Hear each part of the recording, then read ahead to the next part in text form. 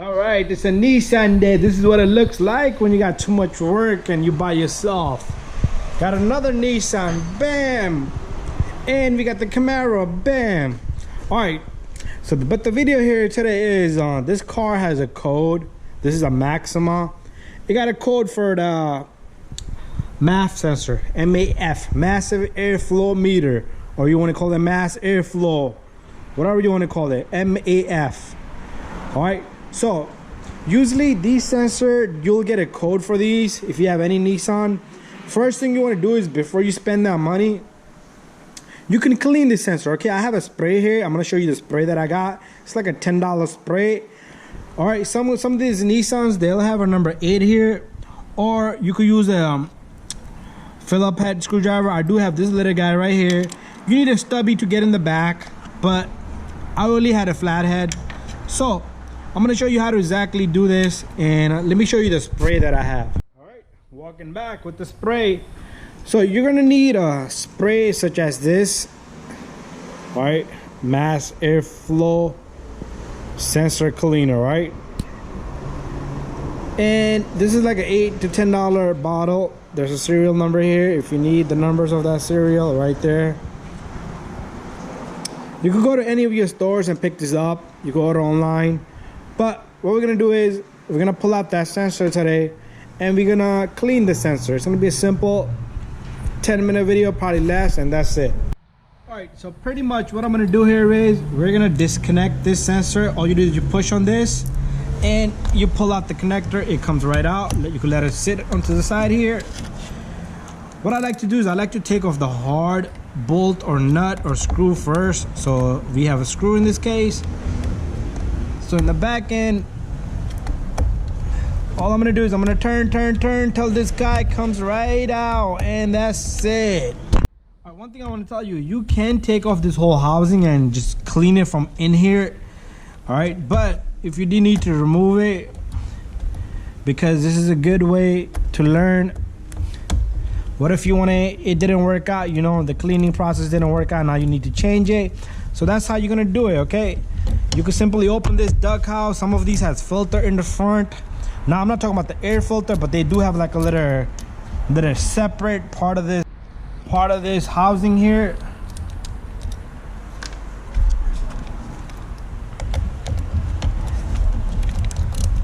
And this comes out, and the sensor is already moving around. Okay, one thing I want to tell you is there's a second bolt I got. When you take off this sensor is only gonna go in one way. It's not gonna go in the wrong direction. There's no way possible, because it won't line up, the screws won't line up. All right, but try to keep it the same way, the way you have it. So simply, I'm gonna take this sensor. What we're gonna do is we're gonna spray some cleaner on this, on all the sides, and that's it. Let me just put it right here gently, and I'm gonna set up my camera on the other side.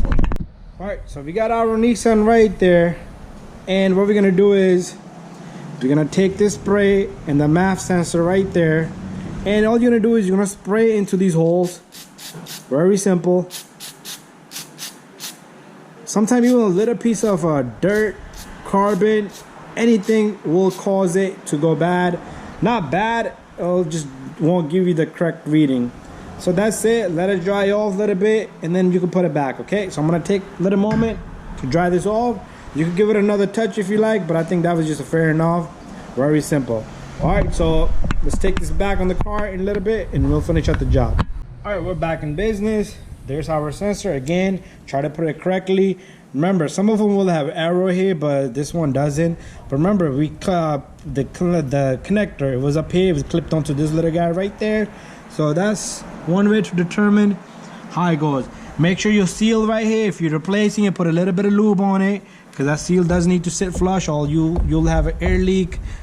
And all you're gonna do is you're gonna take your 2 screws, make sure you catch the threads, and make sure you tighten it even. You don't want to just snug one in and then the sensor is crooked. It's gonna leak air from the opposite side.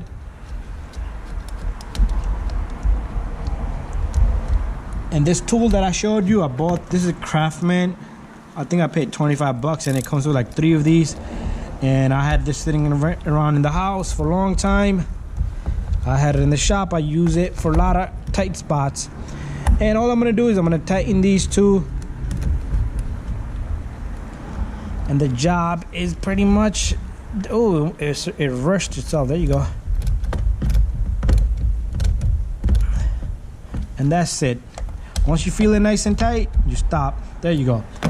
Don't forget to put your connector in, reset the light. Do not disconnect the battery. A lot of people will say you can disconnect the battery, but that would be a bad idea because you will kill the memory on that throttle body. You will have a low RPM. Check engine light will come on for another reason.